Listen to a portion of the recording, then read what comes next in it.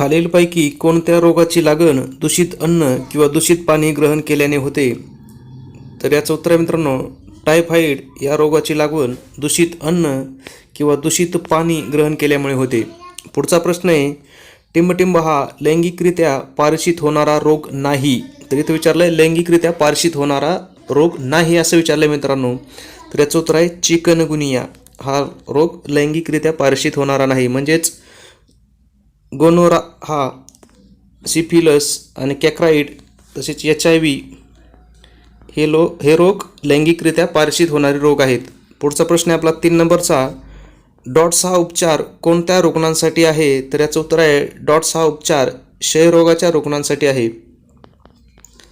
पुढचा प्रश्न आहे आपला 4 नंबरचा, जपानमध्ये आढळलेला रोग टिंबटिंबमुळे झाला. तर याचं उत्तर आहे पारा विषबाधा. मित्रांनो, जपानमध्ये जे आता रोग आलता मोठा तर तो पारा विषबाधामुळे झाला होता. पुढचा प्रश्न आहे, मानवाच्या खालीलपैकी कोणत्या आंतरिक इंद्रियावर हिपॅटायटिस बी चा प्रादुर्भाव होतो? ते विचारलं आहे हिपॅटायटिस बी चा प्रादुर्भाव कोणत्या इंद्रियावर होतो? तर याचं उत्तर आहे यकृत. आणि हिपॅटायटिस म्हणजेच मित्रांनो कावीळ, असा पण प्रश्न येऊ शकतो, कावीळमध्ये कोणत्या यकृतावर होतं? तर याचं उत्तर आहे यकृत. पुढचा प्रश्न आहे आपला 6 नंबरचा, कोणत्याही पदार्थाचे अवस्थांतर होताना टिंबटिंब स्थिर राहते? तर इथं विचारलं आपल्याला पदार्थाचे अवस्थांतर होताना काय स्थिर राहते? म्हणजे उदाहरण पाहिलं तर समजा बर्फाचं पाण्यात रूपांतर होताना काय स्थिर राहते? तर याचं उत्तर आहे अवस्थांतर होताना तापमान स्थिर राहते. जर मित्रांनो तुम्ही आपल्या चॅनलवर नवीन असाल तर आपल्या चॅनलला सबस्क्राईब करायला विसरू नका. तसेच आपल्या व्हिडिओला लाईक पण करा. पुढचा प्रश्न आहे आपला 7 नंबरचा, कोणता विषाणू तोंडाद्वारे प्रवेश करून चेतासंस्थेवर परिणाम करतो? तर याचं उत्तर आहे पोलिओ व्हायरस. म्हणजे पोलिओचा जो विषाणू आहे तो तोंडाद्वारे प्रवेश करून आपल्या चेतासंस्थेवर परिणाम करतो. इथं असं पण विचारलं जातं की पोलिओ व्हायरस कशावर परिणाम करतो? तर याचं उत्तर लिहायचं आहे चेतासंस्थेवर परिणाम करायचं. आणि त्याचा प्रवेश कुठून होतो मित्रांनो? तर तोंडाद्वारे प्रवेश करतो. पुढचा प्रश्न आहे आपला 8 नंबरचा, हृदयविकाराचा झटका येऊ नये म्हणून टिंबटिंब हे औषध वापरतात. तर याचं उत्तर आहे ॲस्पिरिन हे औषध हृदयविकाराचा झटका येऊ नये म्हणून वापरतात. ॲस्पिरिन हे औषध. पुढचा प्रश्न आहे आपला 9 नंबरचा, HIV लागणच्या व्यवस्थापन आणि उपचारासाठी कोणते औषध वापरतात? तर HIV साठी कोणते औषध वापरतात असं विचारलं तर याचं उत्तर आहे रेटोनावीर हे औषध वापरतात. रेटोनावीर लक्षात ठेवायचं आहे. पुढचा प्रश्न आहे, टिंबटिंब जीवनसत्वाची कमतरता प्रौढामध्ये फारच कमी जाणवते, परंतु नवजात बालकामुळे त्यामुळे रक्तस्राव होण्याची शक्यता असते. तर याचं उत्तर आहे के जीवनसत्व. किंवा प्रश्न असा येऊ शकतो की कोणत्या जीवनसत्वाच्या अभावामुळे रक्तस्राव होतो? तर याचं उत्तर लिहायचं आहे के जीवनसत्व मित्रांनो. पुढचा प्रश्न आहे आपला 11 नंबरचा, खालीलपैकी कोणत्या गुणसूत्री आजार टिंबटिंब गुणसूत्रामुळे होतो? तर कोणता गुणसूत्री आजार टिंबटिंब गुणसूत्रामुळे होतो असं विचारलं आहे तर याचं उत्तर आहे रंगांधत्व हा गुणसूत्री आजार आहे आणि तो गुणसूत्राच्या अभावामुळे होतो. पुढचा प्रश्न आहे आपला 12 नंबरचा, मानवाला सर्वप्रथम टिंबटिंब या धातूचा शोध लागला. तर याचं उत्तर आहे तांबे या धातूचा मानवाला सर्वप्रथम शोध लागला. पुढचा प्रश्न आहे, पुढीलपैकी कोणास अन्नामधून जास्तीत जास्त प्रथिने घेण्याची गरज असते? तर याचं उत्तर आहे 12 ते 18 वर्ष वयोगटातील वयात येणारी व्यक्ती यांना जास्त प्रथिने घेण्याची गरज असते, कारण प्रथिनामुळे आपल्या शरीर वाढीस मदत होते. पुढचा प्रश्न आहे आपला 14 नंबरचा, मेद हे अन्नशंकूच्या टोकास दाखविले जातात कारण मेदांचे ऑक्सिडीकरण सहजरित्या होते. म्हणजे काय, मेदांचं ऑक्सिडीकरण सहजरित्या होत असल्यामुळे ते हे अन्नशंकूच्या टोकास दाखवले जातात. पुढचा प्रश्न आहे आपला 15 नंबरचा, खालीलपैकी कोणत्या पदार्थापासून सर्वात जास्त कॅलरीज मिळतात? आणि याच्यात काय सांगितलंय तर प्रत्येक वेळी सारख्या आकारमानाचा कप वापरलेला आहे आणि याच्यात विचारलंय कोणत्या पदार्थापासून आपल्याला जास्त कॅलरीज मिळतात? तर याचं उत्तर आहे पहा 1 कप आईस्क्रीमपासून आपल्याला जास्त कॅलरीज मिळतात. पुढचा प्रश्न आहे, खालीलपैकी कोणाचे उत्पादन म्हणून व्हिटॅमिन B12 चे उत्पादन केले जाऊ शकते? ते विचारले कोणाचे उपउत्पादन म्हणून B12चे उत्पादन केले जाऊ शकते? तर याचं उत्तर आहे स्ट्रेप्टोमायसिनचे उपउत्पादन म्हणून B12चे उत्पादन केले जाऊ शकते. पुढचा प्रश्न आहे 17 नंबरचा. मानव पालेभाज्यामधील सेल्युलोज पचवू शकत नाही कारण टिंबटिंब हे विकर त्याच्या जठरात नसते.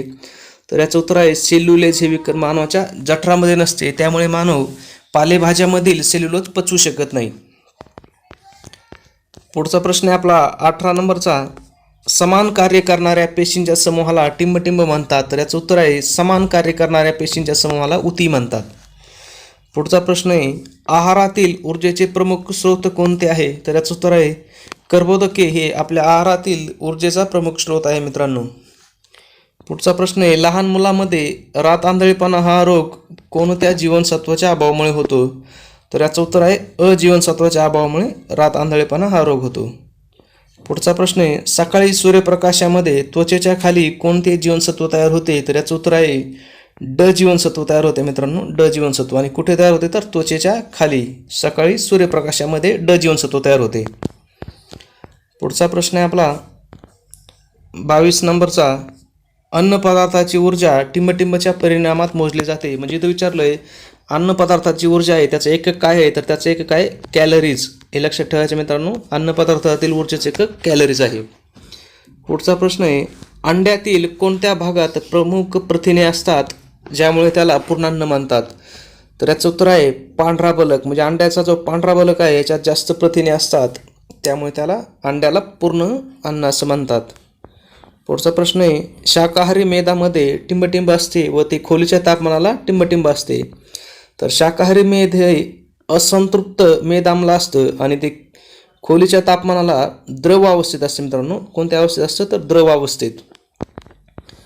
पुढचा प्रश्न आहे 1 ग्रॅम प्रथिनापासून टिंबटिंब ऊर्जा मिळते. तर 1 ग्रॅम प्रथिनापासून 4 किलो कॅलरी ऊर्जा मिळते.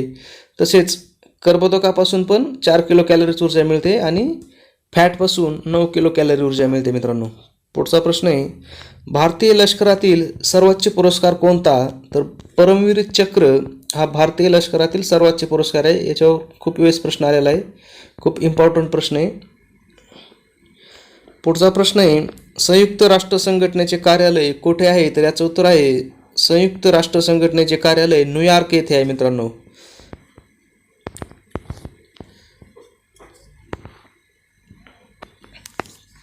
पुढचा प्रश्न आहे आपला 3 नंबरचा. विष्णुदास भावे हे कोणत्या क्षेत्राशी संबंधित आहेत. तर विष्णुदास भावे हे नाटक या क्षेत्राशी संबंधित आहेत. पुढचा प्रश्न आहे भारताचे मिसाईल मॅन म्हणून टिंबटिंब यांना ओळखले जाते. तर भारताचे मिसाईल मॅन म्हणून डॉक्टर APJ अब्दुल कलाम यांना ओळखले जाते. पुढचा प्रश्न आहे विश्वप्रसिद्ध शनी शिंगणापूर मंदिर कोणत्या तालुक्यामध्ये आहे. तर याचं उत्तर आहे नेवासा तालुक्यामध्ये आहे आणि जिल्हा आहे अहमदनगर.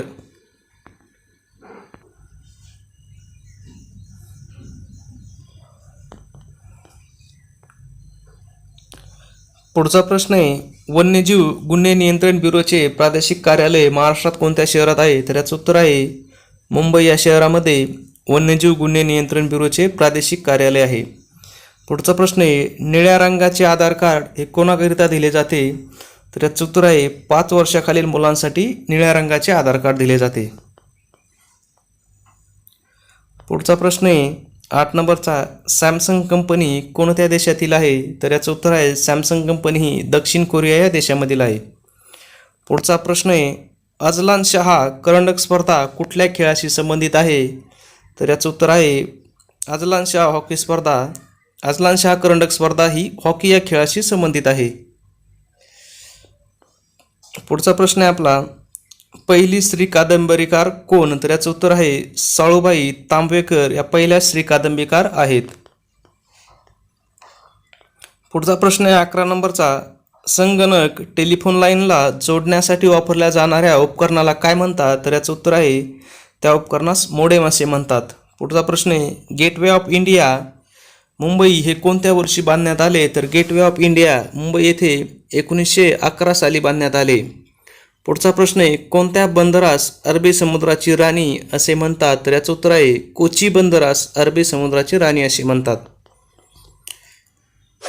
पुढचा प्रश्न आहे खालीलपैकी कोणता राष्ट्रीय महामार्ग महाराष्ट्रातील सर्वात कमी लांबीचा महामार्ग आहे. तर याचं उत्तर आहे NH 204 हा महाराष्ट्रातील सर्वात कमी लांबीचा महामार्ग आहे.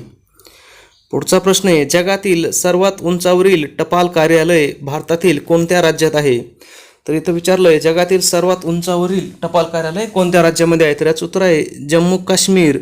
पण आता मित्रांनो, जम्मू काश्मीरचे विभाजन झाल्यामुळे हे लडाख या केंद्रशासित प्रदेशामध्ये हे कार्यालय आहे.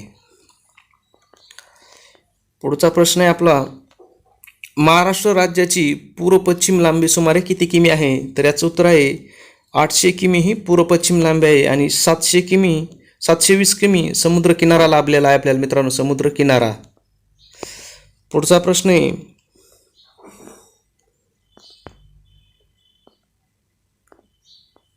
वाराणसी हे हिंदूचे तीर्थक्षेत्र कोणत्या राज्यात आहे? तर याचं उत्तर आहे वाराणसी हे उत्तर प्रदेश या राज्यामध्ये आहे. शिवाजी विद्यापीठाची स्थापना कोणत्या वर्षी करण्यात आली? तर शिवाजी विद्यापीठाची स्थापना ही 1962 साली करण्यात आली. पुढचा प्रश्न 20 नंबरचा, ड्रॅगन भूमी म्हणून ओळखला जाणारा देश कोणता आहे? तर ड्रॅगन भूमी म्हणून भूतान या देशाला ओळखले जाते. पुढचा प्रश्न आहे, आनंदवन सुरू करण्यापूर्वी बाबा आमटे कोणता व्यवसाय करीत होते? तर बाबा आमटे हे वैद्यकीय व्यवसाय करत होते. पुढचा प्रश्न आहे, कालिदासाने मेघदूत काव्य कोठे लिहिले? तर याचं उत्तर आहे रामटेक येथे कालिदासाने मेघदूत हे काव्य लिहिले. आणि इथं प्रश्न असा येतो की मेघदूत हे जे काव्य आहे हे कोणाचे काव्य आहे? तर हे काव्य कालिदासाचे आहे. पुढचा प्रश्न आहे, नागालँड राज्याची राजधानी टिंबटिंब आहे, तर कोहिमा ही नागालँड राज्याची राजधानी आहे. आणि आपला पुढचा प्रश्न आहे, ऑस्कर पुरस्कार कोणत्या क्षेत्राशी संबंधित आहे? तर ऑस्कर पुरस्कार चित्रपट या क्षेत्राशी संबंधित आहे. आणि पुढचा प्रश्न आहे, ऑपरेशन मुस्कान हे काय आहे? तर ऑपरेशन मुस्कान हे हरवलेल्या बालकांचा शोध घेण्यासाठी राबवलेलं अभियान आहे मित्रांनो, ऑपरेशन मुस्कान.